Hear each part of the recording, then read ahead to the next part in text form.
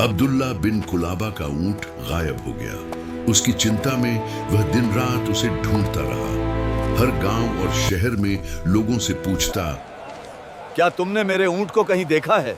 लेकिन हर जगह जवाब एक ही मिलता, नहीं, हमें नहीं पता।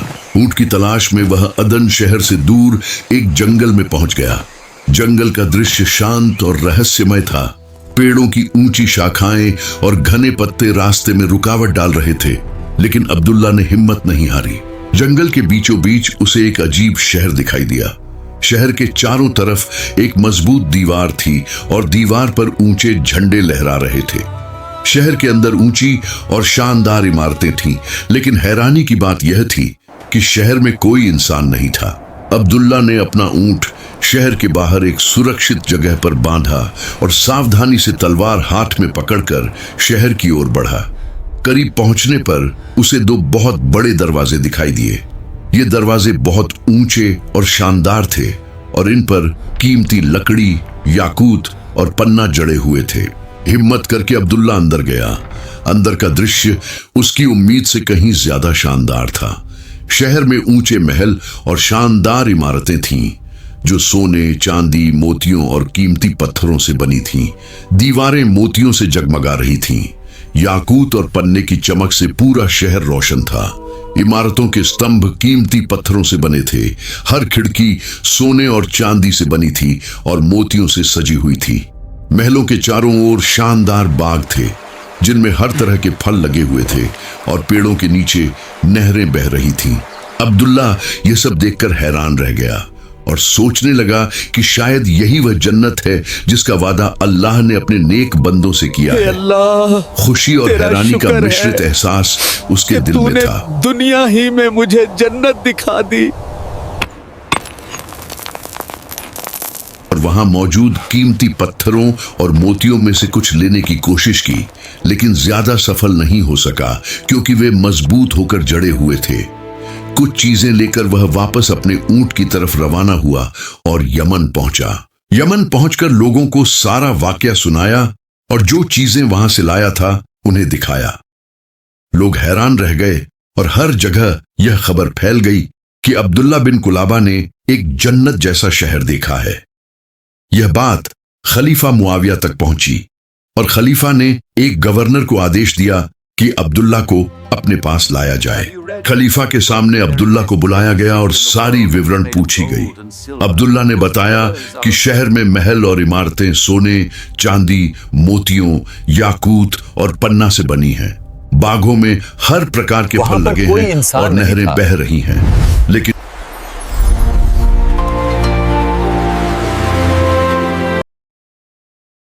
खलीफा हैरान रह गया और पुराने किताबों के विद्वान काबिल को बुलाया और पूछा कि क्या ऐसी कोई किताब है जिसमें इस तरह के शहर का जिक्र हो। काबिल ने बताया कि यह शहर आद के बेटे शदाद ने बनाया था। आद की कौम बहुत शक्तिशाली थी और अपने समय में दुनिया पर हुकूमत पहाड़ों करती का थी। भी सीना चीर देते हैं। देखो, ये पत्थर भी हमारे हुनर के आगे सर झुकाते हैं। शदाद अपने पिता की मौत के बाद राजा बना और दुनिया में अपनी हुकूमत स्थापित की। उसे ज्ञान और किताबों का बहुत शौक था। जब उसे जन्नत जैसे शहर के बारे में बताया गया तो उसने फैसला किया कि वह वास्तव में ऐसा शहर बनाएगा है और उन्हें हुक्म दिया है कि वो इस शानदार शहर की तामीर करें। प्रत्येक के साथ 1000 मजदूर नियुक्त किए ताकि काम जल्दी पूरा हो जाए। उन्हें सबसे अच्छी जमीन खोजनी थी और शहर सोने, चांदी और कीमती पत्थरों से बनाया जाना था।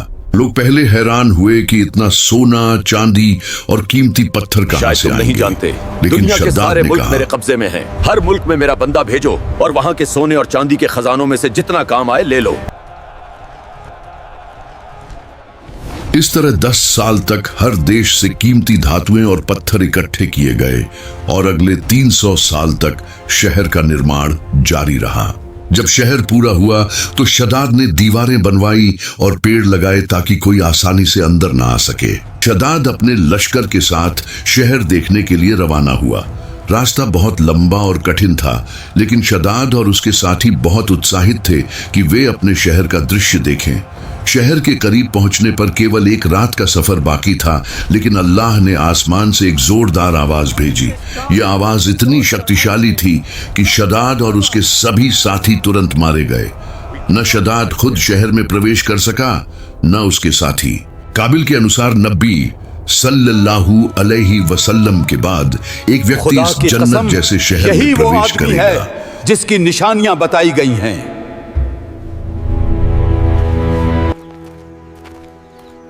और वह अपने ऊंट की तलाश में वहां पहुंचेगा। यह व्यक्ति छोटा कद का और लाल बालों वाला होगा और वह शहर में प्रवेश करने वाला पहला इंसान होगा। अब्दुल्ला बिन कुलाबा वही व्यक्ति था जिसके बारे में भविष्यवाणी की गई थी। वह अपने ऊंट की तलाश में उस शहर तक पहुंचा और अंदर प्रवेश किया। अब्दुल्ला ने शहर के महल, इमारतें, बाग, नहरें और कीमती पत्थरों से बने ज्वेल्स का नजारा देखा कि तूने दुनिया ही में मुझे जन्नत दिखा दी। उसे जन्नत जैसा शहर दिखाया गया। अब्दुल्ला ने शहर से कुछ कीमती चीजें लाने की कोशिश की, लेकिन वह ज्यादा सफल नहीं हो सका। जो चीजें उसे मिली वह लेकर वह वापस अपने वतन आया। उसने लोगों को यह सारी विवरण सुनाई और कीमती पत्थर दिखाए जो वह लाया था। यह कहानी हमें यह सिखाती है कि दुनिया की दौलत और कीमती चीजें इंसान को कभी पूरी खुशी नहीं दे सकती। असली जन्नत और सुकून केवल अल्लाह की रिदा और नेक कामों से मिलता है। शदाद चाहे दुनिया की ताकत और दौलत के जरिए शहर बनाए, लेकिन अल्लाह की मर्जी के बिना वह उसे नहीं देख सका। और इस तरह अब्दुल्ला बिन कुलाबा की कोशिश से वह जन्नत जैसा शहर इतिहास का हिस्सा बन गया, जिसे आज भी लोग देखने और सुनने के लिए याद रखते हैं। अगर हम अल्लाह की नाफरमानी करें, गरूर और लालच में गिर जाए, तो दुनिया की सारी दौलत और ताकत भी हमें नहीं बचा सकती।